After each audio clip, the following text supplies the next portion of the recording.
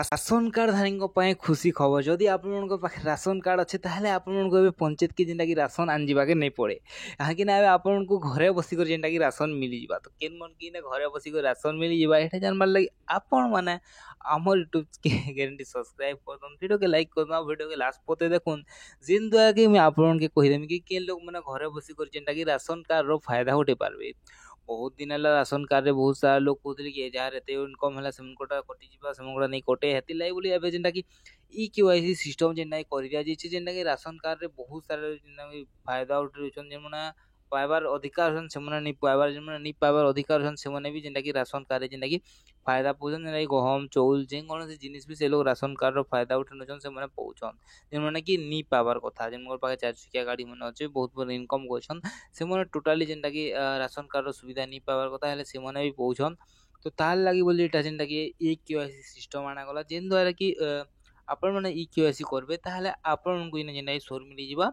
आपन केते इनकम अच्छे काଣା अच्छे से द्वारा कि आपन राशन कार्ड भी कटि जे पारे।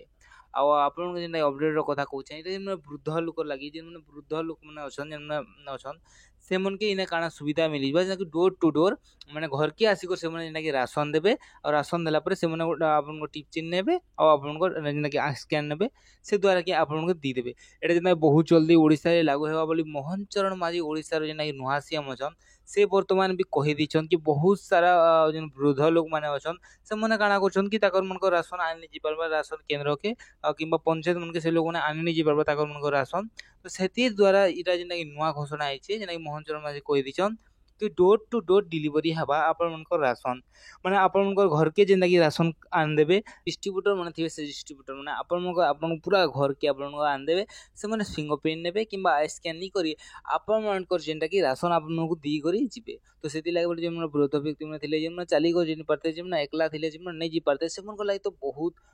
बड़ सुविधा हिचे। एटा